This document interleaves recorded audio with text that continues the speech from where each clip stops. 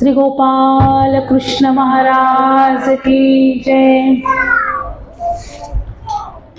वंदू चक्रधरा कृपा गुणवरा सर्वेश्वरा चित्परा कारुण्या नटनागरा द्वयकरा विघ्नादिदोषाहरा सौबंधे जड जीव तारुणीवरा ऊताकृता हि धरा दातारा करुणाकरा वरमते द्यावी विभो गुर्जरा सर्वज्ञ श्री चक्रधर स्वामी की जय। आज श्रीमद भगवद्गीता जयंती आहे आणि म्हणून सुरुवातीला आपण श्रीकृष्ण भगवंतांचं एक सुंदर भजन म्हणणार आहे। मी पुढे सांगणार आहे, तुम्ही सगळ्यांनी मागं म्हणायचं आहे। नम्रताताई हात जोडा, सगळ्यांनी डोळे बंद करा। सगळ्यांना माहित असणारं भजन आहे, जसं जमेल तसं म्हणायचंय। ताठ बसा। श्री गोपाल कृष्ण महाराज की जय। कृष्ण गोपाल हरे दीन दयाल हरे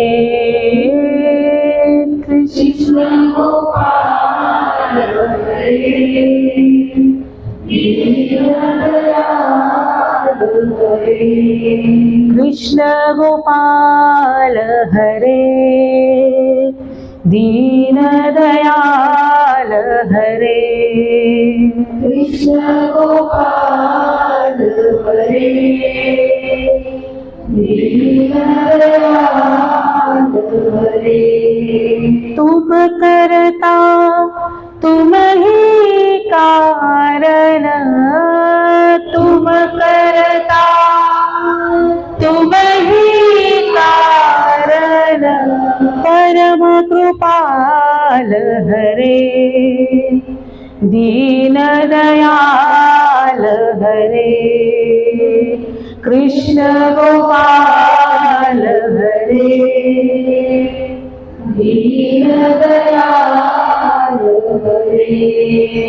रथ हाथे रना भूमि में और कर्मयोग के मर्म बतायो। रथ हाथे रना भूमि में और कर्मयोग के मर्म बताए। अजर अमर परमतत्वयु काया के दुख सुख समझायो। अजर अमर परमतत्वयु काया के दुख सुख समझाए।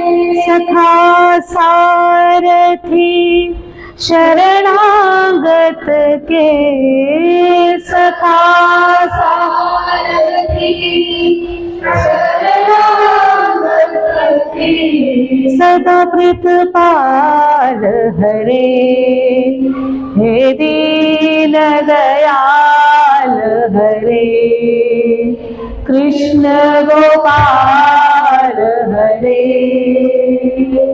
दीन दयाल हरे कृष्ण गोपाल हरे दीन दयाल हरे। श्याम के रंग में रंग गई मेरा रस, पान तो रस की खान हुए। श्याम के रंग में रंग गई मेरा रस, पान तो रस की खान हुए। जग से आंखें बंद करी तो सूरदास ने दर्श किए। जग से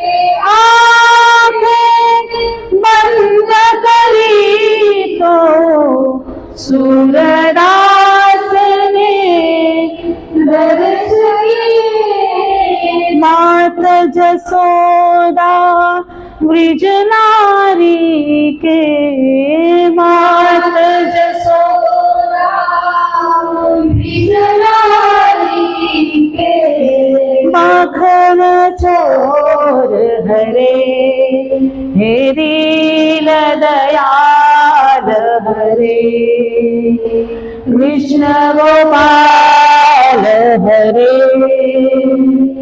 दीन दयाल हरे, कृष्ण गोपाल हरे, कृष्ण गोपाल हरे दीन दयाल हरे, दीन दयाल हरे, कृष्ण गोपाल हरे दीन दयाल हरे, कृष्ण गोपाल हरे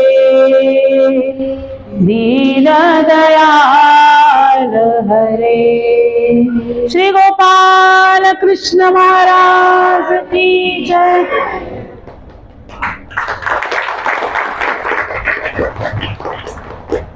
सगळ्यांनी ताट बसायचंय। अनंत ब्रह्मांड नायक परब्रह्म परमेश्वर अवतार सर्वज्ञ श्री चक्रधर प्रभू मुख्य करून पाचे अवतारांना साष्टांग दंडवत प्रणाम। गगनाला गवसणी घालणाऱ्या आचार्य श्री परशुराम व्यासांच्या ज्ञान परंपरेला आमच्या आचार्यश्रींपासून सुरू झालेल्या आणि आजपर्यंत चालत आलेल्या सर्व आदरणीय श्रद्धेय प्रातस्मरणीय आचार्यश्रींच्या आचार्य परंपरेला, त्याचप्रमाणे महदायसाच्या जिज्ञासेतून आम्हाला समजावून दिलेल्या आमच्यापर्यंत आलेल्या असंविधान धर्माचा आचार करणाऱ्या सर्व पुरुषांना सादर सविनय दंडवत प्रणाम। ज्यांचा दुरोण अंतःकरणी आठव मला सदैव पाठबळ देतो त्या माझ्या आदरणीय श्रद्धेय गुरुआई, ज्यांनी मला लाळलं ताळलं धर्मायोग्य केलं, त्यांना सादर दंडवत प्रणाम करते। आपण सर्व जिज्ञासक वासनिक सद्भक्त बंधू आणि भगिनींनो, श्री गोविंद प्रभू सेवा मंडळ पनवेल द्वारा आयोजित पंचदिवसीय प्रबोधन मालेचा हा दुसरा दिवस। आजच्या दिवसाचे हे वैशिष्ट्य आहे की आज श्रीमद भगवद्गीता जयंती आहे, मोक्षदा एकादशी। आपण ग्रंथ घडवणारे लेखक बघतो, म्हणजे प्र के अत्रे आहेत, पु ल देशपांडे आहेत, शिवाजी सावंत आहेत, आमचे बाबुळगावकर बाबा आहेत। खूप उत्कृष्ट लेखक आम्हाला माहिती आहे, ज्यांनी ग्रंथ घडवला, ग्रंथ लिहिला। परंतु माणसाला घडवणारा, पिढीला घडवणारा एकमेव ग्रंथ जगाच्या पाठीवर आहे, तो म्हणजे श्रीमद भगवद्गीता। आपण लहान अगदी बारकाईने विचार केला तर लक्षात येईल। आपण शनिवार वाड्याला काय म्हणतो, पेशवे कालीन नाही, हो की नाही? किंवा गड किल्ल्यांना म्हणतो की शिवाजी महाराजांच्या काळातले आहे। एखादी जुनी वस्तू घरात असेल तर म्हणतो प्राचीन आहे, पुरातन आहे। परंतु भगवद्गीतेला कोणीच म्हणत नाही पांडवकालीन आहे, गोपालकृष्णाच्या काळातली आहे, द्वापार युगातली आहे, असं कोणीही म्हणत नाही। याचं कारण हे आहे की श्रीमद भगवद्गीता हे नित्य नूतन तत्वज्ञान आहे। प्रत्येक पिढीला ते आपलंसं वाटतं, प्रत्येक पिढीतल्या लोकांना ते आपल्यासाठीच सांगितलंय असं वाटतं। जवळजवळ 5000 पेक्षा जास्त काळ श्रीमद भगवद्गीतेला उलटून गेलेला आहे, तरी सुद्धा आजच्या पिढीला सुद्धा ते आपलंसं वाटतं। कारण सगळ्या काळाशी, सगळ्या पिढीशी समतोल साधून समांतर राहून ही गीता माऊली चालत आलेली आहे। मग अध्यात्म असू दे, अध्यात्म आणि विज्ञान ह्या दोन परस्पर विरोधी घटक आहेत। प्रपंच परमार्थ आहे, ज्ञान विज्ञान आहे। प्रत्येक परस्पर विरोधी घटकांना, जशी एखादी नदी वाहते, ती एका काठाला कमी पाणी देते आणि एका काठाला जास्त देते, असं कधीच होत नाही, की दोन्ही काठांना समांतर चालत असते। तसं श्रीमद भगवद्गीता परस्पर विरोधी घटकांना वर्षानुवर्षे सोबत घेऊन अव्याहतपणे चालत आलेली आहे। आता 5000 वर्षापूर्वीचा काळ, आपण महाभारताचा प्रसंग डोळ्यासमोर आणूया। प्रचंड आवेशात 2 तुल्यबळ सैन्य समोरासमोर उभी आहेत। अगदी मॅनातनं तलवार काढलेली आहे, धनुष्यावर पत्त्यांचा जोडलेली आहे, गदा उगारलेली आहे, भाला सरसावलेला आहे। आता युद्धाला सुरुवात करायची आणि अर्जुनानं समोर बघितले की पहिला बाण कुणाला मारायचा आहे आपल्याला। आणि मग त्याला समोर दिसत आहेत पितामह भीष्म, द्रोणाचार्य, दुर्योधन, दुःशासन, अश्वत्थामा। अरे बापरे, अर्जुन विचार करतोय की ज्या पितामहांच्या खांद्यावर बसून मी पहिल्यांदा हस्तिनापूर बघितलं, मी त्यांना बाण मारायचंय का? दुर्योधन किती का वाईट असेल ना, पण लहानपणी आम्ही एकत्र खेळलोय, भाऊ आहे तो माझा, मी त्याला बाण मारायचंय का? ज्या गुरूंनी मला शस्त्र हातात धरायला शिकवलं त्यांना मारून आप्तस्वकीयांच्या प्रेतांवर मी माझा राजमहाल उभा करायचा आहे का? आणि मग असा विचार मनात आल्यानंतर अर्जुनाला मोह उत्पन्न झालाय की नाही, मी माझ्या लोकांना मारू शकत नाही, मला तू काही असं काही करायला सांगू नकोस कृष्णा, मी युद्ध करू शकत नाही. आणि त्या क्षणी त्या परिस्थितीत श्रीकृष्ण भगवंतांनी अर्जुनाला युद्धाला प्रवृत्त करण्यासाठी जे ज्ञान सांगितलं ती भगवद्गीता आहे. लक्षात घ्या, आपण ऑफिसचं काम करतोय, शाळेचा अभ्यास करतोय, थोडासा आवाज झाला तरी आमची स्वस्थता जाते, डिस्टर्ब होतो आपल्याला. परंतु इतका कोलाहल चालू असताना सुद्धा पिढ्यानपिढ्या चालत जाणारं जीवनोपयोगी तत्वज्ञान अर्जुनाला श्रीकृष्ण भगवंतांनी सांगितले. श्रीकृष्ण भगवंत देव होते, पण अर्जुन माणूस होता ना, त्यांनी ते ऐकले, त्याच्याही ते लक्षात राहिले, त्याला कळले. असे हे वैशिष्ट्यपूर्ण तत्वज्ञान आहे. 18 अध्याय 700 श्लोक, ही 4च माणसं आहेत. अर्जुनाचे प्रश्न आहेत, श्रीकृष्ण भगवंतांची उत्तर आहे. संजय आणि धृतराष्ट्र गीतेत यासाठी आहे कारण महर्षी व्यासांनी संजयाला दूरदृष्टी दिली आहे. धृतराष्ट्र आंधळा आहे आणि डोळे असते तर त्याच्यात हिंमत नव्हती आपल्या मुलांचा वध बघायची, आणि म्हणून दूरदृष्टीचं वरदान संजयाला दिलेलं आहे. आणि संजय महाभारताच्या युद्धाचं वर्णन धृतराष्ट्राला करतोय, म्हणून आधीमध्ये संजय आणि धृतराष्ट्राचा संवाद आहे. या व्यतिरिक्त संपूर्ण गीतेत अर्जुनाचे प्रश्न आहेत आणि श्रीकृष्ण भगवंतांची उत्तर आहेत. प्रामुख्याने गीतेचे बारीक अभ्यास केला तर 2 भाग बघायला मिळतात. पहिल्या 9 अध्यायामध्ये मोहग्रस्त अर्जुन श्रीकृष्ण भगवंतांना सतत विचारतोय की मी का युद्ध करायचं. श्रीकृष्ण भगवंत सांगतात, बाबा रे, हा तुझा स्वार्थ आहे किंवा तुला राज्यावर बसवायचं आहे म्हणून युद्ध करायचं नाहीये, हे तुझं कर्म आहे. यदा यदा हि धर्मस्य ग्लानिर्भवति भारत अभ्युत्थानम धर्मस्य तदात्मनं सृजाम्यहम्.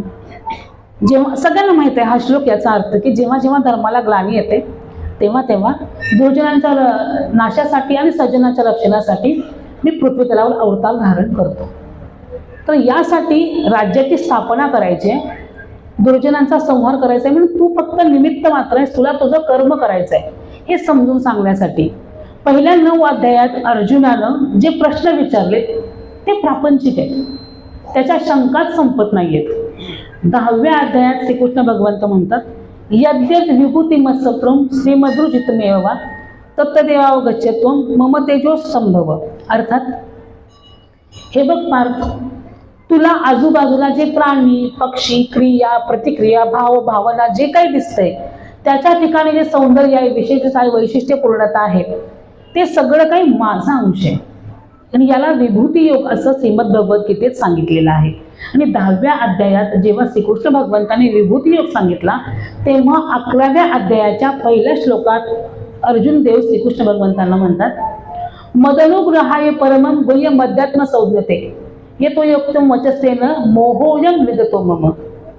अर्थात या संपूर्ण सृष्टीचा आधार असणाऱ्या श्रीकृष्णा, माझ्या लक्षात आलंय की तू संपूर्ण सृष्टीचा अनंत ब्रह्मांडाचा आधार आहेस आणि तरी तू माझ्या रथाचं सारथ्य करत आहेस, मला ज्ञान सांगत आहेस, मार्गदर्शन करत आहेस, आणि आता माझा मोह नष्ट झालेला आहे. म्हणजे अर्जुनाचा मोहापासून सुरू झालेलं निरूपण 11व्या अध्यायाच्या पहिल्या श्लोकापर्यंत आहे. आणि मग आता माझा मोह नष्ट झालाय, मला तुझं एकदा ते व्यापक असणारं विश्वरूप बघायचं आहे.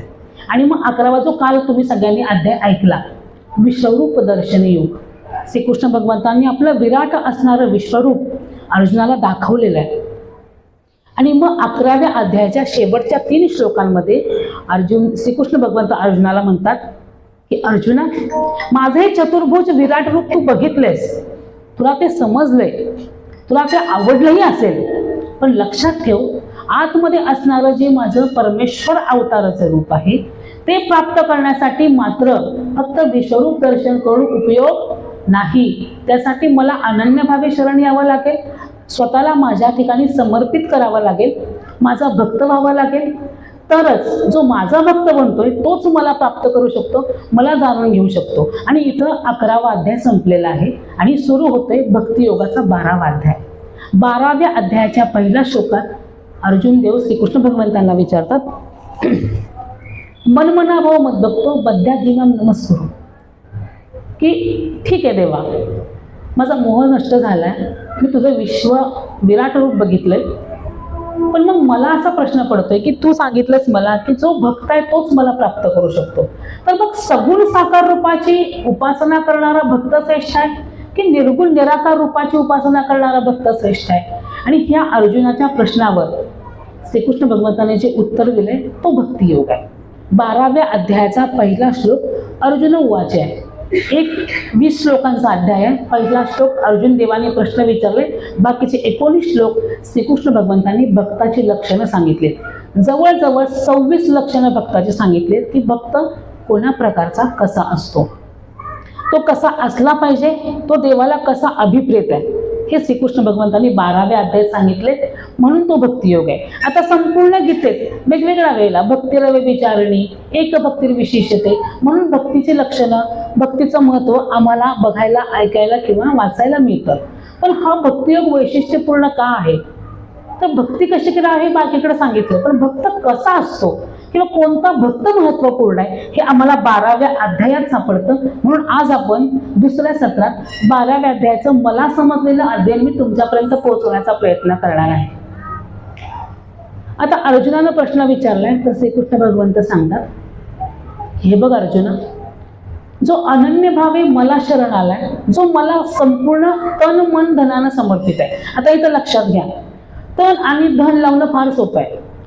कार्यक्रम आहे, शारीरिक कष्ट लावले, जेवायला वाढलं, पात्र उचलली, तुमचं तन तुम्ही परमेश्वराला सेवेला लावलं. धन म्हणजे आर्थिक मदत केली. महत्त्वपूर्ण आहे ते मन देणं. लक्षात घ्या.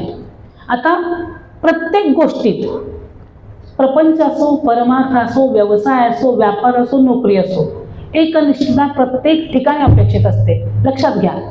तुमच्या व्यवसायात सुद्धा तुम्हाला असं वाटतं की आमच्यासोबत काम करणारे माझ्याशी एकनिष्ठ असले पाहिजे. वाटतं की नाही सगळ्यांना? घरात प्रत्येकाला वाटतं आपल्या कुटुंब परिवारातले सदस्य आमच्याशी एकनिष्ठ असले पाहिजे. हाच भाव भक्तीच्या ठिकाणी सुद्धा भगवंताला अपेक्षित आहे. म्हणजे एकनिष्ठता हे स्वरूप आहे भक्तीचं. म्हणजे तो मूळ पाय आहे, त्याच्यावरतीच भक्तीचं रूप आधारलेलं आहे. आता भक्ती कशी? भक्ताची लक्षणं श्रीकृष्ण भगवंत सांगतात की मैत्री आणि करुणा 12व्या अध्यायात जी लक्षणं आली ती मी तुमच्या समोर सांगते. जो भक्त असतो तो मैत्री, त्याचा सगळ्यांशी व्यवहार असतो, तो मैत्रीपूर्ण असतो, करुणेला भरलेला असतो. आता आम्हाला लीळाचरित्रात 22 दिसतात. आपण सगळ्यांनी लीळाचरित्र ऐकलेलं आहे. जेव्हा आमचे स्वामी एखाद्या भक्ताला शिक्षा करतात, तुम्ही 500 दंडवत घाला. थोड्या वेळानं बाईसा म्हणतात, बाबा मी दंडवत घालायला मदत करू. तो आता 500 कधी घालणार, थकून जाईल बिचारा. किंवा एखाद्याला सारंग पंडितांना पाण्यात उभारायची शिक्षा केली. माहिती आहे चरित्र सगळ्यांना? तुमचं काही जीवन, यांचं काही जीवलीय चरित्र माहिती आहे ना सगळ्यांना? त्यात सारंग पंडितांना स्वामींनी पाण्यात उभं केलं. बाईसा म्हणतात, बाबा त्याला बाहेर यायला सांगा, थंडी वाजत असेल त्याला. ही करुणा आहे. हे भक्ताचं लक्षण आहे की त्याला प्रत्येक ठिकाणी आपलं परक नाही, जो काही आहे सगळ्यांच्या ठिकाणी करुणाभाव आहे, मैत्रीपूर्ण व्यवहार आहे, निरहंकारत्व, अहंकार नाही आहे भक्ताच्या ठिकाणी. आमचे नागदेव आचार्य आहेत. स्मृतिस्थ तुम्ही ऐकलं असेल तर स्मृतिस्थात 2 महत्त्वपूर्ण स्मृती आहेत. एका स्मृतीमध्ये एका भक्तांनी आमच्या आचार्यश्रींचं पूजन करायचं ठरवलंय. आसन रचलंय, पूजन केले, नवरत्नांचा टिळा लावलाय. टिळा लावल्यानंतर आमच्या आचार्यश्री रडायला लागले. तर शंका आली की का रडताय भटो तुम्ही? माझं काही चुकलंय का? मी विधी करताना चुकलोय का? किंवा माझ्याकडून काही अपशब्द केलेत का तुम्हाला? तुमच्या डोळ्यात पाणी का आलंय? आचार्यश्री काय म्हणतायत, मी असं आसनावर बसून पूजन करून घेतोय, अस्थिपरी काही माझ्या बापाचे हेली. स्वामींनी त्यांना वर दिलेला आहे की तुझे मुख्य अशी असलेली काय की माझ्यापासून माझ्याकडून एका दोघांना धर्मश्रवण होईल, पण तुझ्याकडून 7-5 हे स्वामींनी वरदान दिलंय. शांतपणे मार्गाचा व्यापार करतायत, सगळ्या परमार्गाला सांभाळतायत, तरीही त्यांना असं वाटतंय की मी पूजन करून घेतोय म्हणजे अस्थीपरी काय माझ्या बापाला सांगितले, मला नाही सांगितले. किंवा जेव्हा आचार्यश्रींचा देहावसान आरंभलेला आहे, आता ते देहावसान होणार आहे, ते सगळ्या परमार्गासमोर दंडवत घालतायत. आम्हाला माहिती असलं आमची चूक आहे तरी सुद्धा आम्ही सॉरी म्हणताना 10 वेळा विचार करतो. आमचा अहंकार अडवा येतो. भक्ताचं तसं नाहीये. आचार्यश्री सगळ्या परमार्गासमोर दंडवत घालतात आणि म्हणतात, श्री चक्रधरा रायाचा व्यापारूकरिता माझे कोणास विकास गेले असेल तरी समस्त गुरुकुळा मत्सी क्षमा करावी. मी तुम्हाला सांभाळत असताना माझं काय चुकलं असेल असं म्हणलेले नाहीत. ते काय म्हणाले, श्री चक्रधरा रायाचा व्यापारूकरिता देवानं माझ्याकडे ही सेवा दिली होती तुम्हाला सगळ्यांना सांभाळण्याची. तुम्हाला माझ्या सांभाळी देवाने घातलं होतं, ही सेवा दिली होती. ती करत असताना जर माझ्याकडून काही चुकलं असेल तर तुम्ही सगळ्यांनी मला क्षमा करा. हा अहंकार रहित जगणं हे भक्ताचं लक्षण आहे, जे श्रीकृष्ण भगवंतांना अपेक्षित आहे. त्यांनी 12व्या अध्यायात सांगितले. क्षमा आणि संतोष. भक्त हा क्षमाशील असतो, त्याच्या ठिकाणी संतोष असतो. तुम्हाला सांगते, औसा सगळ्यांना माहिती आहे. या चरित्रात भेटणारी औसा वेगळी आहे, गोविंद प्रभू चरित्रात भेटणारी औसा वेगळी आहे आणि स्मृतिस्थळात भेटणारी औसा तर अत्यंत वेगळी आहे. लीळा चरित्रातली औसा इतकी हट्टी आहे की ती स्वामींवर सुद्धा रुसतीये, रुसून निघून जाते ती. स्वामी सामोरे येत आहेत मग येते ती. मग आम्ही पुढे जातोय, गोविंद प्रभू चरित्रात आम्हाला औसा भेटते. तिचा रोजचा कानवला, तिचं वागणं ओबडधोबड आहे.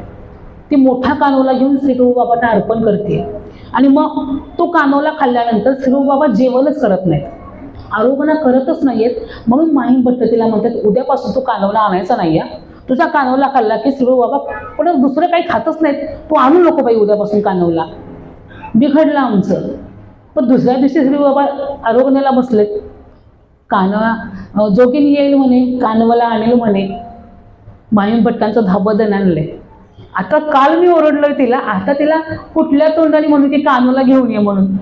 गेलेत बिचारे, चल ना हो कानवला घेऊन. नाही नाही आता नाही मी आणणार, तू काल मला म्हणालास ना, आता मी नाही आणणार कानवला. ही गोविंद प्रभू चरित्रातली औस आहे. आणि नंतर तिनं कानवला दिला, पण हट्टी आहे. तू नाही म्हणलास ना, मी नाहीच देणार. मग आम्हाला भेटते स्मृतिस्थळातली औसा.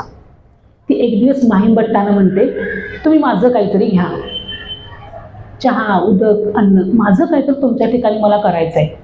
माहीम भट्टांच्या मनात विकल्प आहे. ही चातुर्वर्णात भिक्षा मागते, हिचं कुठनं बसणं नीट नाही, ही कसाही कुठेही हात लावते, स्वच्छता नाही, मी नाही हिचं खाणार नाही म्हणाले. काही दिवसांनी आचार्यांना ही गोष्ट समजली. आचार्यश्री ओरडतात. ते म्हणतात, ज्या आऊला आमच्या स्वामींनी लावलं ताळलं. स्वामी म्हणतायत की औसाचे बोलणे वेडस बोलणे अष्टादश पुराणा न मिळे. ती औसा जिच्या पाठीमागं धावून धावून श्रीप्रभू बाबांनी कानवला मागून खाल्ला, तुम्ही तिचं नाही म्हणताय म्हणजे देवाचं नाही म्हणताय. आणि मग त्या काळचे लोक फार छान होती बरं का. चूक सांगितली की लगेच मान्य करायचे की चुकलंय. माहीम भट्ट औसाजवळ गेलेत की आऊ माझं चुकलं, आता तुम्हाला काय द्यायचं असेल मला द्या. ही औसा लयाचरत असं तर म्हणले असते, मी नाही देणार तुला. मी काय म्हणते, ती नमस्कार करताना उठी बा, तुम्ही चक्रस्वामीची अधुरा. माझा देव होता तेव्हा मी हट्ट केला, कशी वागले, कारण माझ्या पाठीवर देव होता. पण आता देव नाहीये, तुम्हीच माझ्या चक्रस्वामीच्या धुरा आहात, म्हणून ती क्षमा करते. हे भक्ताचं लक्षण आहे. संतुष्टता, जे मिळालं त्यात समाधानी. एक छोटीशी गोष्ट मी वाचली होती. एक आजी होत्या, जसं आता तुम्ही सगळे प्रवचनासाठी आलाय, त्या रोज पुराण ऐकायला जायच्या मंदिरात. आणि मग पुराण संपलं की प्रसाद घ्यायच्या आणि घरी जायच्या. एक दिवस त्यांना शेतातून यायला उशीर झाला. त्या सगळं काम उरकून मंदिरात गेल्या तर पुजारी बुवा गाभाऱ्याचा दरवाजा बंदच करत होते. ती म्हणली, अरे बापरे, संपलं वाटतं कीर्तन, प्रसाद पण संपला असेल. तर ते म्हणले, हो आजी प्रसाद संपला, पण थांबा, देवाच्या नैवेद्याचा एक लाडू आहे तो तुम्हाला देतो मी, तो तसाच असेल. आणि मग त्याने तो नैवेद्याचा लाडू आणून आजीच्या हातावर ठेवला. आम्ही असतो तर लगेच तो घेतला असता, घरी नातवंडांना होईल म्हणून सोबत घेऊन गेलो असतो. स्थायी भाव आहे. प्रसाद म्हणजे आम्हाला वाटतं सगळ्यांना मिळावा, माझ्याबरोबर मला मिळावा, माझ्या मुलाला मिळावा, नातवाला मिळावा, परत पंतवाला, म्हणजे 4-5 पिढ्यांना तो मिळावाच प्रसाद असं वाटतं. त्या आजीनं त्या लाडवातला एकच घास असा घेतला, तो खाल्ला आणि बाकीचा लाडू पुजारी बुवांना परत दिला. ते पुजारी बाबा म्हटले, तू शेवटची आहे साजे, घेऊन जा घरी, आता कोण येणार आहे? नाही नाही म्हणाले, माझ्यासारखंच कोणी चुकलं माकलं असेल, राहिलं असेल, ते मागाहून येईल, त्याला द्यायला होईल. आणि प्रसाद केवढा असतो, त्याचं वाक्य खूप सुंदर आहे. प्रसाद काही पोट भरण्यासाठी खायचा नसतो, प्रसाद जीव निवडण्यासाठी खायचा असतो. ही संतुष्टता भक्ताच्या ठिकाणी असते. भक्त संतुष्ट असतो, समाधानी असतो. जे मिळेल, जेवढं मिळेल, जसं मिळेल, जिथं मिळेल, तो त्याच समाधान मानतो. हे भक्ताचं लक्षण श्रीकृष्ण भगवंतांनी सांगितलेलं आहे. आणि भक्ताचं सगळ्यात महत्त्वपूर्ण लक्षण आहे समर्पण. समर्पित असणं महत्त्वपूर्ण आहे. तुम्हाला सांगते, कुंतीनं श्रीकृष्ण भगवंतांना काय मागितलं होतं सगळ्यांना माहिती आहे. काय मागितलं होतं की देवा मला दुःख दे. आपल्यात आहे हिंमत असं म्हणायची. बाबळगावकर बाबांचं पूर्वी प्रवचन करायचे ना, त्याचे वचन मला म्हणून भाग आहेत. त्यामध्ये ते सांगतात की आपल्यात अशी हिंमत आहे का, टायर पंक्चर झाला आपल्या गाडीचं, आपण असं म्हणू शकतो का, बरे झाले देवा केले टायर पंक्चर, मागाचे बंपर बरे गेले, असं म्हणू शकतो आपण? नाही म्हणू शकत. आम्ही देवापुढे जाऊन उभं राहतो, मीच का रे बाबा. म्हणजे देवाला तुम्हाला 10 गोष्टी दिल्या आणि एक दिली नाही, तर त्या 10 गोष्टी विसरतो आम्ही आणि एक गोष्ट दिली नाही म्हणून देवापुढे जाऊन उभं राहतो. माझंच का एवढं मी करतो, सकाळी येतो, संध्याकाळी येतो, अमावस्या पौर्णिमेला येतो, नाद घालतोय तुला, देवावर डोकं ठेवतो आणि मीच का रे बाबा, तुला मीच दिसतो. कुंती असं म्हणत नाही. कुंती म्हणते देवा मला दुःख दे, म्हणजे मला तुझा विसर पडणार नाही. भक्ताचं लक्ष नाही. भक्ताला असं वाटतं की मला देवाशिवाय जगायचंच नाहीये, मला सदैव देवाचं नामस्मरण करता आलं पाहिजे. आपलं कसं झालं माहिती आहे का, ते एक कथा आहे छोटीशी. एका बिल्डिंगचं काम चाललं होतं आणि कॉन्ट्रॅक्टर आला बघायला, ते कंत्राटदार, काम कसं चाललंय, काय चाललंय. खूप मोठी बिल्डिंग होती, तळमजल्याचं काम चालू. तो वरती चढत गेला, बघितलं, त्याला काहीतरी सांगायचं होतं की बाबा इथं चुकलंय म्हणून. त्यानं वरून खाली बघितलं तर एकदम खालच्या मजल्यावर कामगार काम करत होते. ते म्हणजे आता एवढ्या फोनची सोय नव्हती, आता एवढ्या जोरात हाक मारला तर आवाज नाही जाणार, म्हणून त्यांनी काय केलं, 1 रुपयाचा ठोकळा टाकला खाली. तिच्या पाठीवर लागल्यावर त्याला असं उचललं, खिशात ठेवला आणि परत काम करायला सुरुवात केली. त्यांनी परत वरनं 20चा ठोका टाकला, नोटा टाकल्या, 5, 10, 20, 50, 100, 500, 1000. तो माणूस ना घ्यायचा, खिशात ठेवायचा, पण वर बघायची तसली घ्यायचा नाही. मग त्या कंत्राटदाराला राग आला. त्यांनी खडा घेतला छोटासा आणि वरनं टाकला खाली. त्याला लगेच वरती बघितलं, कोण आहे रे. आपलं असं झालंय, देव सुख देतो ना, आम्ही बघत नाही देवाकडं. आम्ही दुःख दिलं की देवाकडे जातो विचारायला लगेच. किती चांगलं होतं, आम्हाला देव नाही आठवत, थँक्यू म्हणायसाठी तरी जा देवाकडे की देवा तू चांगलं केलं आमचं. दुःख दिलं की मलाच का म्हणून आम्ही देवाला विचारायला जातो. देवाकडे तुम्ही पर्यायच ठेवत नाही. दुःख दिल्याशिवाय तुम्ही त्याच्याकडे येतच नाही, म्हणून तर तुम्हाला बोलवण्यासाठी दुःख देतो, लक्षात घ्या. पण कुंती माता दुःख मागते, देवा मला सदैव दुःख दे. अपेक्षांचा त्याग. आज आम्ही मोठे, मी इथं बसले, मला बसता येत नाही, मला वाटलं की मला त्या खुर्चीवर बसायला द्यावं, खाली बसल्यानंतर पटकन उठता येत नाही, ही अपेक्षा आहे माझी. किंवा मला हार घालावा, सगळ्यांना असं वाटतं, प्रत्येकाला. पण आचार्यश्री एवढे मोठे आचार्य आहेत, पण स्वतःचं काम स्वतः करतायत. स्वयंदासन तपस्विनाम. एक दिवस जेवायला बसल्यानंतर बाकीच्यांनी त्यांना पाणी द्यायचं विसरले. आचार्यश्रींनी उठून पाणी घेतलं. बाकीच्यांना वाईट वाटलं, अरे आज आपण विसरलो. पण आचार्यश्री नाही म्हणाले की मला कोणी पाणीच नाही दिलं, एवढं तुम्हाला सांभाळतो. अपेक्षाच नाही आहे, फक्त असा असतो. कुणाकडून कसलीही अपेक्षा नाही, स्वतःचं काम स्वतः करायचं आणि निरपेक्ष वृत्तीनं जगायचं. द्वंद्व समता म्हणजे सुख दुःख. सुख मिळालं तरी शांत, दुःख मिळालं तरी शांत, थंडी वाजली तरी शांत, खूप गरम व्हायला लागलं तरी शांत. खूप जुनी गोष्ट आहे. एक जुने पंत बाबा होते श्रीरामपूरला. आम्ही बेलापूर नमस्काराला गेलो होतो. गुराई गाडीत बसल्या होत्या आणि ते गुरांना दंडवत करायला आले. दरवाजा उघडा होता आणि त्यांनी असा दरवाजात हात ठेवला होता. म्हणजे डोळ्यासमोरची गोष्ट आहे माझ्या, आणि ते पाप माझ्याकडूनच झालं होतं, त्यामुळे माझ्या चांगलं लक्षात राहिलं आहे. तर त्यांनी असा दरवाजा पकडला होता आणि मी दरवाजा लावला. त्यांची बोटं अडकली. ते बरं, ते लक्षात यायला पण माझा खूप वेळ गेला. ते तसेच हात ठेवून गुरांशी हसून बोलत होते. ओरडणं नाही, किंच चेहऱ्यावरची रेष पण त्यांच्या हल्ली नाही. ते खूप दिवसापूर्वी वारले, जुने पंतबाबा होते, तरुण होते. दरवाजा उघडल्यावर बघितलं त्यांची बोटाशी काळमेळ झालेली. त्यांनी ते दाखवली पण असे धरून ते तशाच गुरांशी बोलत राहिले. डोळ्यानं समोर मी ते बघितलं की दुखलं तरी चेहऱ्यावर न दाखवता स्थितप्रज्ञासारखं कसं जगावं. भक्त असा असतो, साधू असे नसतात. तर तुम्ही त्यांना स्वामी काय म्हणतात, तुम्हा मारेता पूजिता समालाची गोवे किंगा. मारलं तरी तुम्ही त्यांना आशीर्वादच दिले पाहिजेत, पूजलं तरी आशीर्वादच दिले पाहिजेत. मारलं म्हणून शिवाय शब्द द्यायचे नाही, पूजन केलं म्हणून तुम्ही त्यांचं कौतुकाचे पोवाडे गायचे नाहीत. तुम्हाला दोन्ही समान राहता आलं पाहिजे. म्हणजे श्रीकृष्ण भगवंतांना जे भक्ताचे लक्षण अपेक्षित आहेत, आमच्या स्वामींना पण तीच अपेक्षित आहेत. आचार्यश्री जेवायला बसलेले आहेत आणि देमाईसाने त्यांना चुकून तूप म्हणून करडेलं वाढलेलं आहे. सगळ्यांना माहिती आहे ही स्मृती. काय म्हणतायत आचार्यश्री, करडेल का तूप ऐसे नेणे तरी म्हणजे रुपयेचे आहे. हे दाखवण्यासाठी नाहीये, त्यांना नाहीच समजले का. आणि या मागचं मूळ कुठे आहे, तर जेव्हा आमचे स्वामी होते तेव्हा एक दिवस स्वामींनी त्यांना प्रसाद म्हणून तुपा भाताचा एक घास दिला. तेव्हा आचार्यश्री काय म्हणाले, आपण नाही का म्हणत कशाला एवढंसं दिलं, माझं तोंड खवळलं. तसं आचार्यश्री म्हणाले म्हणून आमच्या स्वामींनी त्यांना शिक्षा पण केलं. चौरी दांड असतं ते देवाला वार घालायचं असतं की नाही, त्यांना त्यांच्या कोपऱ्याने गुडघ्यावर मारलं. म्हणशील परत असं, साधून असं म्हणू नये, म्हणशील परत असं. त्याचा परिणाम हा झाला की त्यांना तुपातला आणि करडेल तेलातला स्वाद सुद्धा कळायचा बंद झाला. ही समानता आमच्या आचरणात, आमच्या पूर्वसरींच्या आचरणात होती. हे भक्ताचं लक्षण आहे, एकनिष्ठतेचं लक्षण आहे, परमेश्वराप्रती समर्पित झालेल्याचं लक्षण आहे. ही सगळी भक्ताची लक्षणं झाली. पण मग भक्त अशा प्रकारचा आहे, तर ती भक्ती कशी असली पाहिजे, भक्ती कशी केली पाहिजे.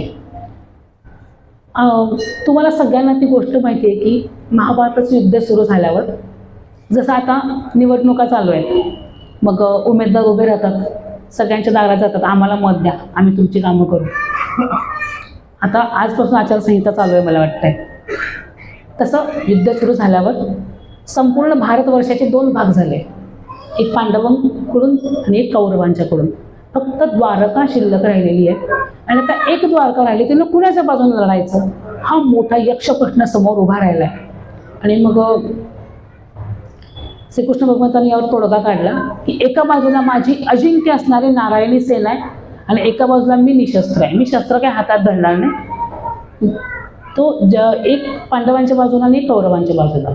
मात्र जो सगळ्यात पहिल्यांदा येईल त्याला मागितलेलं मिळेल, दुसऱ्याला राहिलेलं घ्यावं लागेल. दोन्ही सैन्यामध्ये म्हणजे खडाजंगी कोण आधी पोहोचले, आधी दुर्योधन पोहोचलाय, लक्षात घ्या. श्रीकृष्ण भगवंत झोपलेले आहेत, दुर्योधन डोक्याजवळ जाऊन बसलाय. गुरु राखणारा, शेणामातीत खेळणारा, याच्या पायाजवळ बसून मी काय करू, हा अत्यंत क्षुल्लक विचार त्याच्या डोक्यात आला आणि तो डोक्याजवळ श्रीकृष्ण भगवंताच्या बसलाय. अहंकार नेहमी डोक्यात असतो, लक्षात घ्या, आणि नम्रता पायाजवळ असते. आपण उठल्यानंतर कुठे बघतो, पायाकडे, काय असं बघतो, डोक्याकडं मी बघत. म्हणून देवाच्या श्रीचरणावर आपण आपला माथा का टेकायचा, कारण देवाचं लक्ष पहिला तिथं जात आहे. आणि अर्जुन मागाहून आलाय आणि तो श्रीचरणाजवळ बसलाय. त्याला बसल्या बसल्या श्रीचरण संहान म्हणजे पाय दाबायला सुरुवात केली. श्रीकृष्ण भगवंत उठले, अरे अर्जुन कधी आलास. दुर्योधन मागं बसले, कृष्णा पहिल्यांदा मी आलोय.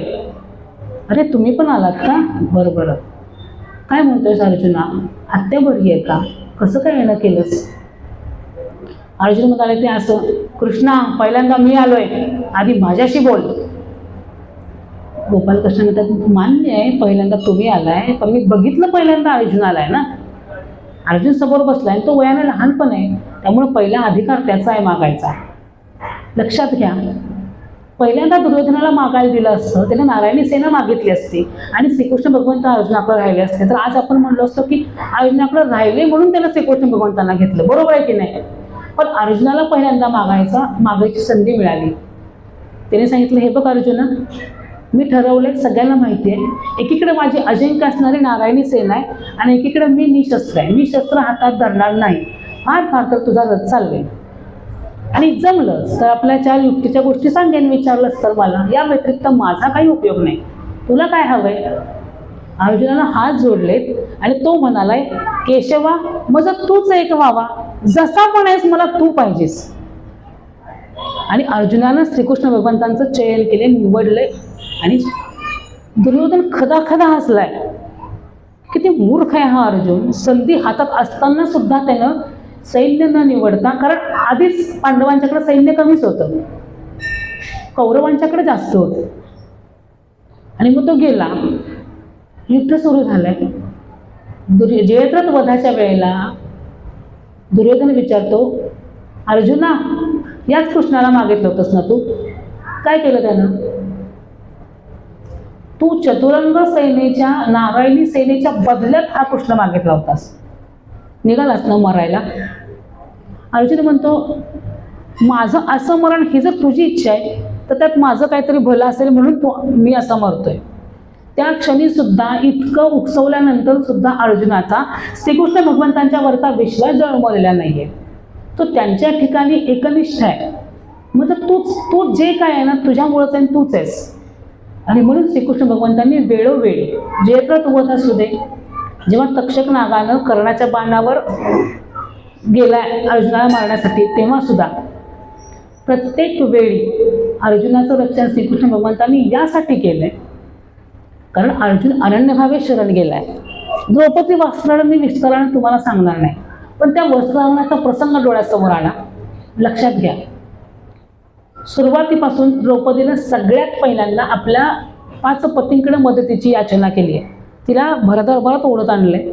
रजस्वाला आहे ती, केस मोकळे सोडलेले आहेत. ती आपल्या 5 पतींकडे बघते की तुम्ही मला या कलंकातनं वाचवा. ते हातोबल आहे. मग द्रोणाचार्य, पितामह सगळ्यांच्याकडे तिने मदत मागितली. हे सगळं करत असताना हाताने तिने निराशा घट्ट पकडल्यात आणि ती सगळ्यांच्याकडे मदत मागते. कुणीही आलेलं नाही आहे. सगळे खाली मान घालून बसलेले आहेत. आणि मग एका क्षणी तिला जाणीव झाली की यावेळी फक्त गोपाल कृष्णच मला मदत करू शकतो. म्हणून तिने निराही सोडल्यात आणि आकांतानं आर्ततेनं गोपाल कृष्णाला हाक मारली आहे की भगवंता माधवा धाव म्हणून. या द्रौपदी वस्त्रहरणाच्या प्रसंगातनं हे शिकायला मिळतं की तुम्ही सगळं सोडून अर्थतेने जेव्हा, म्हणजे काहीच नाही, स्वतःचे तुम्ही प्रयत्न सुद्धा सोडले पाहिजेत की तुझ्यावरच माझा भार आहे. जसं लहान मुलं असतं, ते रडतं, त्याला माहिती असतं आपण रडलं की आई आपल्याला घेऊन येणार आहे. काहीही करा इतरांनी, ते गप्पच बसत नाही. मग आईला पण लक्षात येतं की आता हा माझ्याशिवाय शांत बसणार नाही. ती हातातली सगळी कामं सोडून मुलाकडे जाते. देवाला तसं आपल्याकडे आणायचं असेल तर आम्हाला त्या बाळासारखं अर्थ टाहो करून रडता आलं पाहिजे. देवाला तसं बोलवता आलं पाहिजे जसं बाळ आईला बोलवतं. एखादी आई आपल्या बाळाला पावडर लावते, आंघोळ घालते, सजवते. तिची इच्छा असते की माझं बाळ छान दिसावं. तिच्या डोक्यात असं काय नसतं की हे मला त्याच्याकडून काय अपेक्षा असते का, यांनी काय करावं, माझं बाळ छान दिसावं. इतकी निरपेक्ष भक्ती आम्हाला करता आली पाहिजे, तेव्हा आम्ही परमेश्वराला प्राप्त करू शकतो. एक दिवस बाईसा आमच्या स्वामींना विचारतात, उत्तरार्धातलं 566वं चरित्र आहे की जी श्रीकृष्ण चक्रवर्तीला आम्ही श्रीकृष्ण चक्रवर्ती म्हणतो, हे बरोबर आहे. पण मग उद्धव देवाला उद्धव देव का म्हणायचं, नुसतं उद्धव का नाही म्हणायचं? श्रीकृष्ण आमचे स्वामी सांगतात, बाई भक्ताची थोरी देवची जाणे. देवालाच माहिती आहे तो भक्त किती महत्वाचा आहे. भक्ताला देव आवडतो हे महत्त्वपूर्ण आहेच, पण देवाला पण भक्त आवडला पाहिजे हे जास्त महत्त्वपूर्ण आहे. लक्षात घ्या, ती आवड निर्माण करण्यासाठी तेवढं समर्पण आमचं असलं पाहिजे.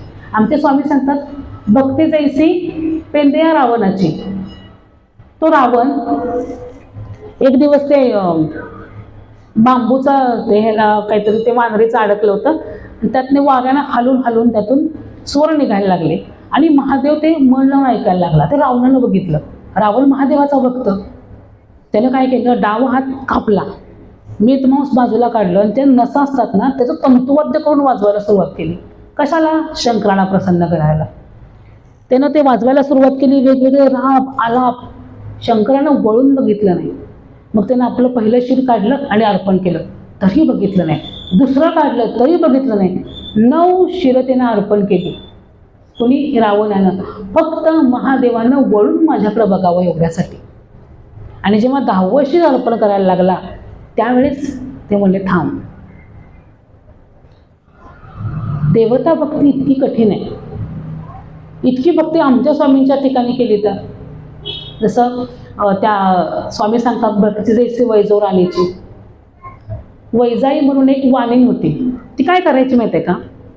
स्वामींनी सांगितलेल्या गोष्टी आहेत बरं का, पुराणातल्या कथा नाही आहेत, त्यामुळे या सत्य आहेत, लक्षात घ्या.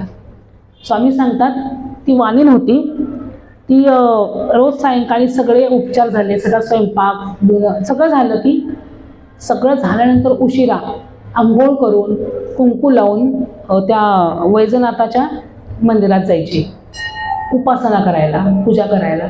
घरातले म्हणायचे उशिरा कशाला जाते तू, इतक्या रात्री का जात असते तू, एकटीच जाते, वेळी जाते, जात नको जाऊ. तिनं कोणाचं ऐकलं नाही.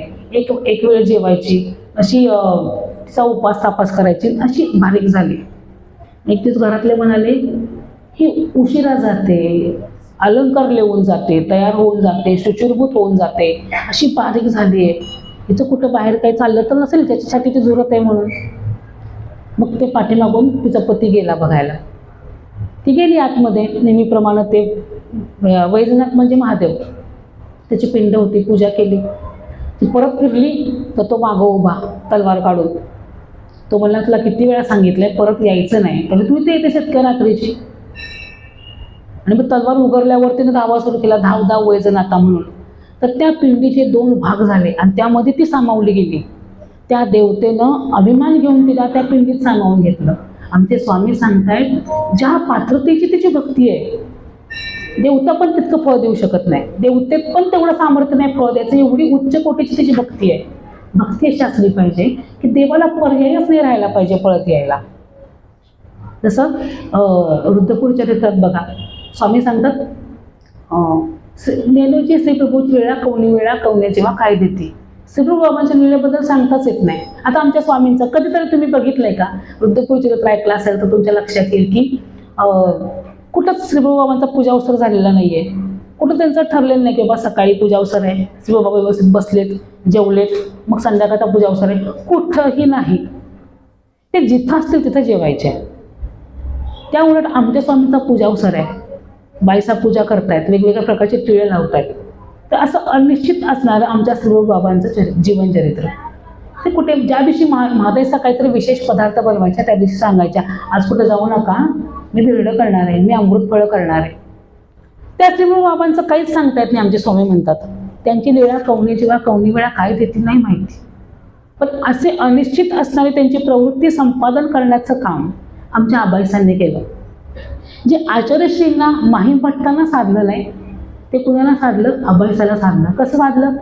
भक्तीच्या माध्यमातून, समर्पणाच्या माध्यमातून. जेव्हा वृद्धपूरमध्ये घट भंगवले, म्हणजे गट बसवले होते आणि ते श्रीप्रभू बाबांनी उद्ध्वस्त करून टाकले. बरं, त्या महाजनांना काय श्रीप्रभू बाबांना बोलता येईना, मग त्यांनी बोलायला सुरुवात केली आचार्यश्रींना, माहीम भट्टांना. आमचे श्रीप्रभू बाबा असे नव्हतेच, ते फार छान होते, ह्या ब्राह्मणांनी येऊन त्यांना बिघडवलं. आमचे श्रीप्रभू बाबा असे नव्हतेच. आणि मग या श्रीप्रभू आचार्यश्री आणि माहीम भट्ट म्हणायला लागले आता इथं राहायला नको, हे लोक विपरीत व्हायला लागलेत. मग दामूर्त देऊळ वाड्याचे त्यांना सांगितलं आम्हाला घेऊन जावं श्रीप्रभू बाबांना. ते आले नाहीला, ते खुश झाले. पण श्रीप्रभू बाबा जायला तयार नव्हते. त्यांचं रुद्रपूरवर फार प्रेम होतं बरं का, खूप आवडायचं रुद्रपूर त्यांना. त्यांचा पायच नाही गेला. मग आबाईसा म्हणतात जीजी देऊळ वाड्या बीजे किजोजी, लगेच तयार झाले. हे भक्तीचा चमत्कार आहे, भक्तीचं वैशिष्ट्य आहे. तुम्ही जेव्हा समर्पित होत असता तेव्हा परमेश्वराला तुमचं ऐकण्याशिवाय पर्याय राहत नाही. म्हणून देवाला जर आपलंसं करायचं असेल, देवाला आपल्याकडे आणायचं असेल, देवाच्या मनात आपली जागा निर्माण करायची असेल, देवाला जाणून घ्यायचं असेल तर भक्ती हा एकमात्र उपाय, एकमात्र आपल्याकडे असलेल्या प्रश्नाचं उत्तर आहे. मग ती भक्ती कशी आहे? तर आता मला तुमचा पत्ता माहिती आहे, लोकेशन टाकलं की कुणीकडेही तुम्ही पोहोचू शकता. पण देवापर्यंत पोहोचण्यासाठी कुठला पत्ता आहे का, फोन नंबर आहे का, लोकेशन आहे का? देवाला आणि आम्हाला जोडून ठेवणारा एकमेव धागा कोणता आहे? नामस्मरणाचा. एकमेव ते नाम आहे जे स्वामींनी परमेश्वरांना स्वीकार केले. त्या नामाचं स्मरण केल्यानंतर आपण परमेश्वरापर्यंत पोहोचू शकतो. आपला आवाज परमेश्वरापर्यंत पोहोचवता येतो. आणि म्हणून नामस्मरणाच्या माध्यमातून आपला आणि देवाचा सोयरिकेचा सांधा दृढ करायचा आहे. लक्षात घ्या, आता बऱ्यापैकी फार थोड्या लोकांनी मला ओळखलं असेल, कारण मी पहिल्यांदाच पनवेलला आले. पण ज्यांची आधी भेट झाली त्यांनी मला ओळखलं की चला यांना मी बघितलंय. सतत येत राहिले तर तुम्ही मला ओळखणार लगेच एका नजरेत की हां या अशा आहेत म्हणून. तसं एखाद्या पाहुण्याला तुम्ही रोज फोन करत असाल, समजा आईला फोन करतोय आपण, तर ती आई लगेच काय ग बाई कशी आहे, जेवली का, बरी आहे का, बरं चाललंय ना तुझं, असं विचारते. पण कधीच फोन न करणारा पाहुण्याचा फोन आला की आपण पहिल्यांदा उचलतच नाही. याला काहीतरी मागायला फोन केला असेल, आपण उचलतच नाही. तुम्ही बघा किती दुसऱ्यांदा फोन उचलतो आपण आणि मग सांगतो बाथरूमला गेलो होतो, फोन सायलेंटला होता, पोरांनी घेतला होता, पोरं गेम खेळत होती त्यामुळे उचलता नाही. बोला काय काम काढलं गरीबाकडं, असा प्रश्न विचारतो की नाही आपण? का विचारतो? कारण आपल्याला असं वाटतं की अरे कधीच फोन न करणारा माणूस आता फोन करतोय म्हणजे काहीतरी काम काढलं असेल याला. मग देवाला असं वाटणं चुकीचं आहे का की अरे कधीच न येणारा माझ्याकडे आलाय म्हणजे याला काहीतरी मागायचंच असेल. तुम्ही रोज नामस्मरण केलं, रोज देवापर्यंत पोहोचला तर देवालाही तुमचा आवाज ओळखायचा होईल. देव तुम्हाला चेहऱ्यानं, नावानं, तुमच्या आवाजानं ओळखेल आणि मग तुम्हाला विशेष करून अर्थ टाहू फोडायची गरज नाही. तुम्ही रोजच्या रोज देवाकडे जात राहिला तर तुमचा सोयरिकेचा सांधा पक्का होत आहे. लक्षात घ्या. आणि तो फक्त नामस्मरणानं होणार आहे. आणि म्हणून नामस्मरण भक्ती करण्यासाठी फार महत्त्वाचं आहे. भक्ती करायची म्हणजे काय करायचं हा महत्त्वाचा प्रश्न आहे. सगळं समजलं आम्हाला, भक्ताची लक्षणं कशी आहेत, भक्ती कशी केली पाहिजे, एकनिष्ठपणे केली पाहिजे. संत ज्ञानेश्वरांची ज्ञानेश्वरी आहे, त्यामध्ये भक्तिरवी बिचारिणी या अर्ध्या ओळीवरती ना खूप छान ओव्या आहेत त्यांच्या. ते म्हणतात की माझी मूर्ती निपजवी, घराचे कोणी बैसवी, आपण गावोगावी देवा जाय. म्हणजे मला कुठल्या तरी ह्याच्या कोणात घराच्या नेऊन बसवतो आणि आपण वेगवेगळ्या देवाला फिरत राहतो. व्यभिचारी भक्ती कशी आहे हे सांगताना ते सांगतात. सोमवारी शंकराला जाईल, मंगळवारी जानाईला जाईल, बुधवारी अजून कुठला देव शोधल, बुधवारी अजून कुठला देव, नागपंचमीला म्हणतो नागदेवा मी तुझाच आहे. म्हणजे अशी व्यभिचारिणी भक्ती आहे. कशी आहे त्यांनी एक ओवी सांगितले, ऐसा अखंड भजन करी उभा नोहे क्षणभरी. अखंड भजन करतो, क्षणभर त्याला विश्रांती नसते. अवघेन गावद्वारी आहे व जैसी. तो कसा आहे भक्त, जो सतत देव बदलत वेगवेगळ्या देवतांची भक्ती करतो तो भक्त कसा आहे. त्याला ज्ञानेश्वर महाराजांनी वेश्येची उपमा दिलेली आहे. गावद्वारी जी वेश्या उभी असते तिचा रोज एक नवीन पती असतो, तशा प्रकारचा हा भक्त आहे जो मला कुठंतरी देवाच्या घराच्या कोपऱ्यात बसवतो आणि आपण वेगवेगळ्या देवाला जाऊन फिरतो. पुढे ज्ञानेश्वर महाराज सांगतात, ऐसेनी जो भक्तो देखसी सैरा धावतो, जाण अज्ञानाचा मृत्यू अवतारतो. तो अज्ञानी आहे, ज्याला हे कळतच नाही की आपण एकनिष्ठपणे एकाच देवाला अनन्यभावे शरण गेलं पाहिजे. तो अज्ञानाची मूर्ती आहे असं ज्ञानेश्वर महाराज सांगतात. तर ही एकनिष्ठ भक्ती या प्रकारची आहे की जसं प्रत्येक पतीला वाटतं की माझी पत्नी माझ्याशी एकनिष्ठ असली पाहिजे, प्रत्येक पत्नीला वाटतं माझा पती माझ्याशी एकनिष्ठ असला पाहिजे, प्रत्येक कार्यालयात काम करणाऱ्या अधिकाऱ्याला वाटतं की माझ्या हाताखाली काम करणारे माझ्याशी एकनिष्ठ असले पाहिजे. तसं परमेश्वरालाही वाटतं की माझा भक्त फक्त माझा असला पाहिजे. व्यभिचारिणी भक्ती नाही. दूध घ्या, तुम्ही दुधात थोडंसं ताकाचा थेंब टाकला तर ते दूध फाटतं, दही होतं, दही हलवलं की त्याचं ताक होतं, त्यातून लोणी निघतं, लोण्यावर तुम्ही प्रक्रिया करा त्याचं तूप होतं. भक्तीची अशी अवस्था आहे. आवडी, प्रीती, प्रेम आणि भक्ती. आवडी वाढली की त्याची प्रीती होते, प्रीती वाढली की प्रेम होतं, प्रेम वाढलं की भक्ती होते आणि भक्ती वाढली की भक्तीच राहते. लक्षात घ्या, जसं दुधावर काहीतरी परिणाम करतं, ताकावर करतं, लोण्यावर करतं, पण तुपावर कशाचाच परिणाम होत नाही. ते तुम्ही उकळवा, फ्रीजमध्ये ठेवा, त्यात पाणी ओता, लिंबू टाका, तूपच राहतं. तूप खराब होतं का? नाही होत. भक्ती अशी असली पाहिजे. भक्ती कधी होते? आपला भाव जेव्हा विकरत नाही, काहीही झालं तरी. तुम्हाला सांगते, पुण्यामध्ये एक त्यांचं नाव आठवलं मला, उपदेशी आहेत, खूप जुने परंपरेचे उपदेशी आहेत. भिकू बानेरचे भिकू शिंदे म्हणून आहेत. तर 2006च्या वेळेला मला वाटते आमच्या दीक्षेच्या वेळेला त्यांच्या घरी गेलो होतो आम्ही. तर सांगत होते, मी ना पहिल्यांदाच त्या माणसाला भेटले. मी थक्कावून त्यांच्याकडे बघत होते. म्हणजे ते सांगत होते, सावत्र भावानं इतका त्रास दिला म्हणले, आमच्यावर केस केली, जमीन हडपली, 18 कोटींचं नुकसान झालं आमचं. श्रीमंत शेतकरी वर्ग आहे पण श्रीमंत आहेत. 18 कोटींचं काही नुकसान झालं. आणि म्हणले माझ्या मुलाला सरकारी नोकरी लागणार होती, त्याच्यावरती केस केल्यामुळं त्याची सरकारी नोकरी गेली. त्याला 2 मुली झाल्या, एका मुलीला ऐकायला येत नाही म्हणून कायमस्वरूपी इथं मशीन लावलं. एक मुलगी बोलताच येत नाही तिला.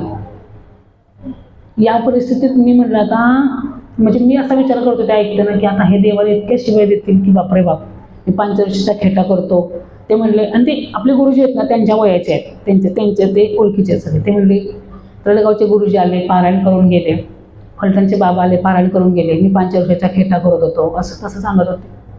मी विचार केला की हा प्रचंड संतप्त झाला असेल माणूस देवावर. इतकं म्हणजे 18 कोटींचं नुकसान, मुलाची नोकरी गेली, त्याला कुठे नोकरी मिळेल ना, नातवंड अशी जन्माला आलेली. ते म्हणजे इतकं केलं देवानं, तरी पण मी देवापुढे उभं राहतो. कारण आज मी नाही उभं राहतो, माझी पोरं देवदेव करणार नाहीत. आणि ठीक आहे ना, जे माझ्याकडं माझं नव्हतं ते माझ्याकडून गेलं. मी आजही देवा घराला कुलूप लावतो आणि 5 वर्षाचा खेटा करतो. कधीतरी माझं कर्म आहे मागच्या जन्मीचं खराब आहे ते संपून जाईल आणि कधीतरी चांगलं कर्म काम करेल याची मी वाट बघतो. माझा देवावर राग नाही.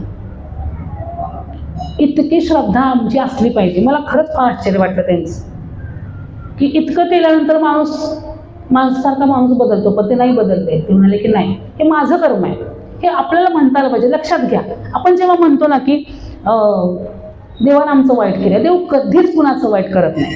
आपणच आपलं वाईट करतो, आपणच आपलं चांगलं करत असतो. लक्षात घ्या, माझं संकट दूर कर असं देवाला कधीच म्हणायचं नाही. आपण मदतीसाठी देवाकडे जायचंय, पण देवाला काय सांगायचंय, माझं कर्म मी भोगणार आहे, तू फक्त सोबत राहा. एखादी जड गोष्ट आहे, आपण उचलतोय, एकट्याने उचलताना जड लागते, पण कोणी हात लावला तर थोडा भार हलका होतो की नाही. तसा तू फक्त माझ्या सोबत राहा, माझं कर्म मी भोगणार आहे, जमेल तेवढं या जन्मी चांगलं कर्म करायचा प्रयत्न करणार आहे, तर तू सोबत राहा असं देवाला मागायचं आहे. लक्षात घ्या, देव तुमचं कर्म हे तुमच्या ऑफिसमधल्या कामासारखं आहे, बाईच्या घरातल्या भांड्याच्या रोजच्या कामासारखं आहे. सकाळची भांडी घासण्यात संध्याकाळपर्यंत पडली तर संध्याकाळची सकाळची घासावी लागणार आहे. संध्याकाळची पण नाही घासली तर ती 2 टायमाची, दुसऱ्या दिवशी सकाळची ती घासावीच लागणार आहे. ती आपोआप स्वतः आंघोळ करून जागेवर जाऊन बसणार, आपल्यालाच घासायची ती. ऑफिसमधलं काम आहे, तुम्ही आज नाही फाईल पूर्ण केली ती परत उद्या करायची, आजची उद्याची परत परवाची, ते काम वाढत जाणार आहे, पेंडिंग राहणारच आहे, ते तुम्हालाच करायचं आहे. कर्माचं तसंच आहे. गहना कर्मणो गती, कर्माची गती गहन आहे, ते भोगूनच संपवायचं आहे. देवाला फक्त सोबत राहायला मागायचंय की ते सहन करण्याची ताकद दे मला. रोज देवाला हे सांगायचंय की मला कितीही संकट येऊ दे, तुझ्यावरचा माझा भाव कमी होऊ देऊ नकोस. मला नाहीच कमी करायचंय, पण तू सोबत राहा, तू सहाय्य कर, तू यात मला मदत कर. कोणी कुणाचं कर्म, कोणी कुणाचं दुःख वाटून घेत नाही. गुरुजनांजवळ आपण जातो जेव्हा दुःख झाल्यावर, त्यांच्या पाठीवरनं फिरलेला हात आपल्याला ते सहन करण्याची ताकद देतो. आम्ही तुझ्या सोबत आहोत, तू पुढे चालत राहा, हे सांगणारे गुरूंचे हात असतात. ते कुणीच वाटून नाही घेत, कुणाला देता येत नाही, कुणाचं घेता येत नाही, ते भोगायचंच असतं. फक्त ते आपल्या श्रद्धेनं, आपल्या समर्पणानं त्याचा भार हलका करायचा असतो. त्यासाठी देवाची मदत मागायची असते. त्यामुळे आजपासून कुणीही म्हणायचं नाही की देवानं आमचं वाईट केलं. कधीच देवाला जाऊन म्हणायचं नाही की देवा मला या दुःखातनं सोडव. दुःख कमी करण्याचा, मी दुःख सहन भोगणारच आहे, तू फक्त सोबत राहा. लक्षात ठेवा, कधीही देवाला दोष द्यायचा नाही. देव काहीच करत नाही. तसं माझ्या गुरांना कुणी काय बोललं तर त्या काय बोलत आहेत, पण मी म्हणते तुम्ही असं गुरांना कसं बोला, कारण मला अभिमान आहे त्या माझ्या गुराई आहेत. तसं परमेश्वराचा अभिमान मायेला असतो. जी काही शिक्षा होते ती माया करते. परमेश्वर दयाळू, मयाळू, कृपाळू, कनवाळू आहे. जसं डुळकेल्या बाळकाचा दृष्टांत आहे. ते उलटी करत असतं, आई परत परत घालत असते, उलटी करत असतं. शेजापाडीच्या बाया म्हणतात, अगं ते इतकं उलटी करते, कशाला परत परत घालतेस. ती म्हणते थोडं तरी राहील पोटात. तसं परमेश्वर अवतार जेव्हा ज्ञान देतात जीवाला, तो ऐकतच नाही, धर्म सोडून देतो, प्रमादी होतो. संन्यास सोडतो, काहीच नाही करत. ज्ञानी आहे, अप्रोक्ष ज्ञानी आहे म्हणतात. देवा सोडून देण्याविषयी त्याचा कशा नादाला लागतात त्याच्या.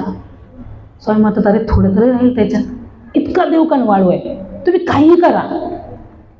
परत परत देवाला वाटतं की नाही काही का असेना पण त्याला माझ्याकडे आला पाहिजे तो. असा परमेश्वर कृपाळू आहे, तो कधीही कोणाचं वाईट करत नाही. फक्त त्याला भक्तीनं आपलंसं करा, समर्पित व्हा परमेश्वराच्या ठिकाणी, एकनिष्ठतेनं भक्ती करा. काहीही झालं तरी मी तुझा पदर सोडणार नाही. आईनं कितीही मारलं तरी बाळ आईकडेच जातं की नाही परत. आमच्यात लहान मुली आहेत, त्यांना शिक्षा केली ना, मी शिक्षा केली, दुसरं कोणी येऊन सांगितलं उठतं त्या उठत नाही, तोपर्यंत मी म्हणत नाही ना उठ, तोपर्यंत म्हणत नाही. लहान मुलं किती निरागस असतात, ती निरागसता आम्हाला भक्तीत आणता आली पाहिजे. तू काहीही कर, कितीही वाईट प्रसंग येऊ दे, कितीही संकट येऊ दे, मी तुझा पदर नाही सोडणार. ही निष्ठा, ही श्रद्धा देवावर ठेवा. त्या प्रल्हादानं सोडले का? स्वामी प्रल्हादाचं उदाहरण देतात की नाही. प्रल्हादा भावातिशय अन्यथ फळ दे सांगतात की नाही स्वामी. का? किती संकट आले पण त्यानं सोडला का? ती श्रद्धा आम्हाला आमच्यात आणता आली पाहिजे. हे भक्तियोगाचं तात्पर्य आहे. आणि जेवढी भक्ती महत्त्वाची आहे तेवढं ज्ञानही महत्त्वाचं आहे. ज्ञानयुक्त भक्ती पाहिजे आणि भक्तियुक्त ज्ञान पाहिजे. आता भक्तीत ओलावा असतो आणि ज्ञानात डोळसपणा असतो. भक्तीला ज्ञानाचे डोळे करायचे आणि ज्ञानाला भक्तीचं अंतःकरण द्यायचं आहे. लक्षात घ्या. म्हणजे ज्ञानात ओलावा निर्माण करता आला पाहिजे आणि भक्तीत डोळसपणे करता आली पाहिजे. पुढच्यानं उडी मारली म्हणून आम्ही उडी मारायची नाही. आम्हाला सांगता आलं पाहिजे की आम्ही महानुभाव पंथाचा उपदेश का घेतलाय, आम्ही महानुभाव पंथाचं आचरण किंवा आम्ही श्रीकृष्ण चक्रधर स्वामींचे अनुयायी का आहोत हे सांगता आलं तर ती डोळस भक्ती. नाही परंपरेनं आमच्या देवपूजा म्हणून मी घेतली याला अर्थ नाही. करा, परंपरेचा आहे म्हणून करा, पण गुरुजनांना विचारा की का करायचं बाबा, उपदेश का घ्यायचा असतो आणि मग इतर धर्मापेक्षा आपला धर्म श्रेष्ठ का आहे याचं उत्तर प्रत्येक वेळेस मी गुरूंना विचारून सांगतो असं नाही होत. मला सांगताच आलं पाहिजे, कारण आमचा महानुभव पंथ आहे. अज्ञान पंथ आहे का आपला? आमचा महानुभव पंथ आहे, प्रतिती पंथ आहे. प्रतिती घ्या आणि मग करा, हे आमचं वैशिष्ट्य आहे. म्हणून ज्ञानयुक्त भक्ती आणि भक्तियुक्त ज्ञान हे दोन्ही साधता आलं पाहिजे. ते तुम्हाला सगळ्यांना, माझ्यासहित सगळ्यांना साधता येऊ, आपल्यालाही परमेश्वराकडे जाण्याचा मार्ग मिळो. भक्तीच्या माध्यमातून आपण सर्वजण परमेश्वरापर्यंत पोहोचण्याचा प्रयत्न करू ही सदिच्छा व्यक्त करते. इतक्या सुंदर कार्यक्रमाचं आयोजन केलं म्हणून तुम्हा सगळ्यांचं खूप खूप अभिनंदन करते, आयोजकांचा आभार मानते आणि झालेली विचारसेवा श्रीकृष्णचरणी अर्पण करून मी माझ्या विचारांना विराम देते. सर्वज्ञ श्री चक्रधर स्वामी की जय. आज गीता जयंती आहे, तर आपण 12व्या अध्यायाचं पठण करायचं आहे. अर्धी ओळ सांगणार आहे, ज्यांना जमेल त्यांनी पाठीमागं म्हणायचे. 15वा अध्याय येतो का सगळ्यांना?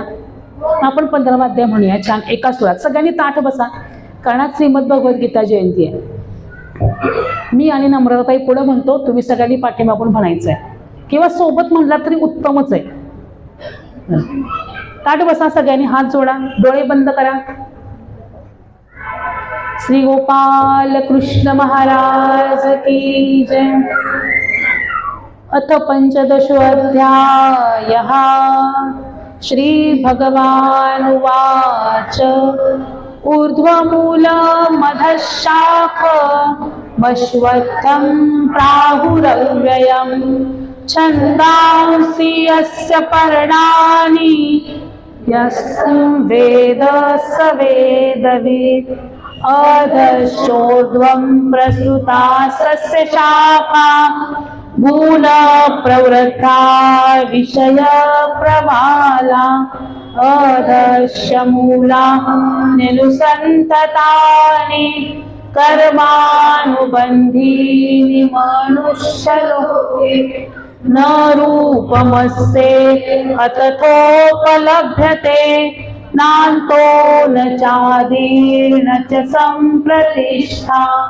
अश्वत्थमेनं सुविरूढमूलमसङ्गशस्त्रेण दृढेन चित्वा ततः पदं तत्परिमार्गितव्यम्.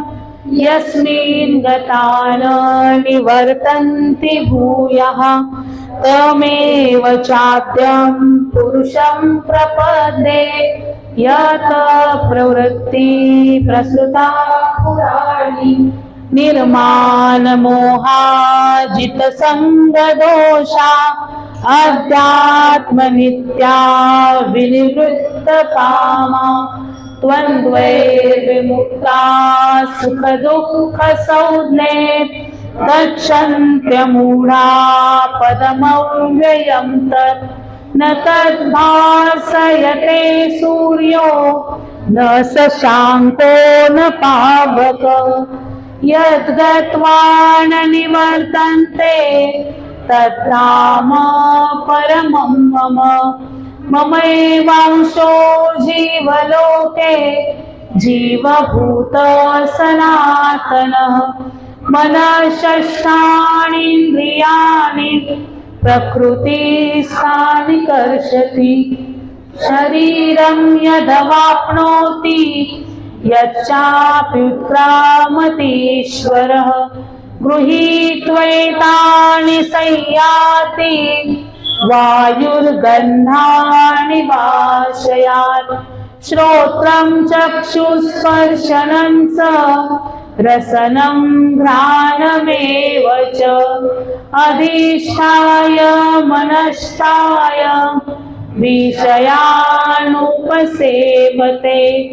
उत्क्रामन्तं सितं वापि भुञ्जानं वा गुणान्वितं विमूढानानुपश्यन्ति पश्यन्ति ज्ञानचक्षुषः यतन्तो योगिनश्चैनं पश्यन्त्यात्मन्यवस्थितम् यतन्तो प्रकृतात्मानो नैनं पश्यन्त्यचेतसः यदादित्यगतं तेजो जगद्भासयतेऽखिलम् यश्चन्द्रमसि यश्चाग्नौ तत्तेजो विद्धि मामकम् गामाविश्य च भूतानि धारयाम्यहमोजसा पुष्णामि चौषधी सर्वा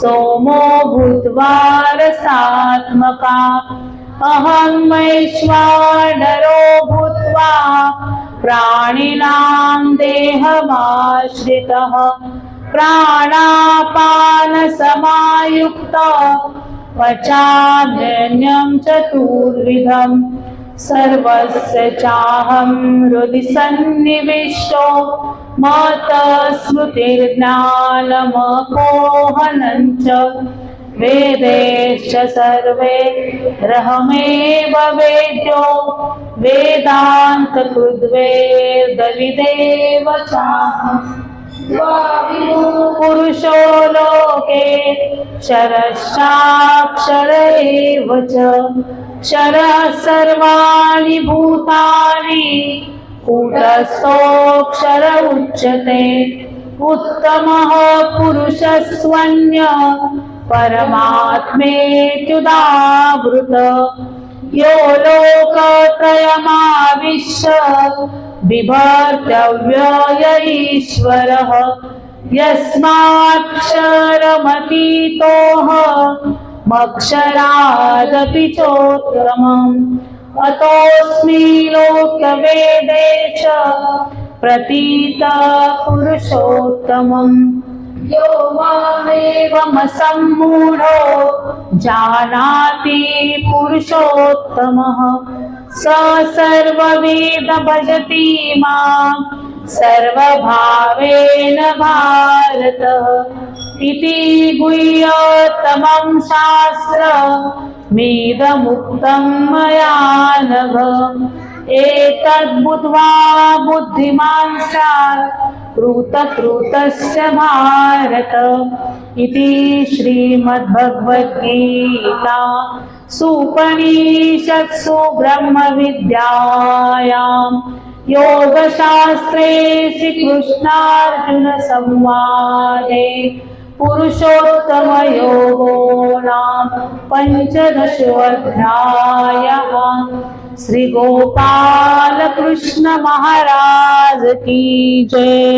श्री दत्तात्रेय महाराज की जय। श्री चक्रपाणी महाराज की जय। श्री गोविंद प्रभु महाराज की जय। सर्वज्ञ श्री चक्रधर स्वामी की जय। धन्यवाद ताई, टाळ्यांच्या गजरात या ठिकाणी ताईंचे धन्यवाद व्यक्त करूयात. अगदी सर्वांच्या अंतकरणाचा ठाव घेतला, बरोबर ना? टाळ्यांच्या गजरात पुनश्च एकदा या भक्तिमय वातावरणात ताईंचे धन्यवाद व्यक्त करूयात. भक्ती कशी करावी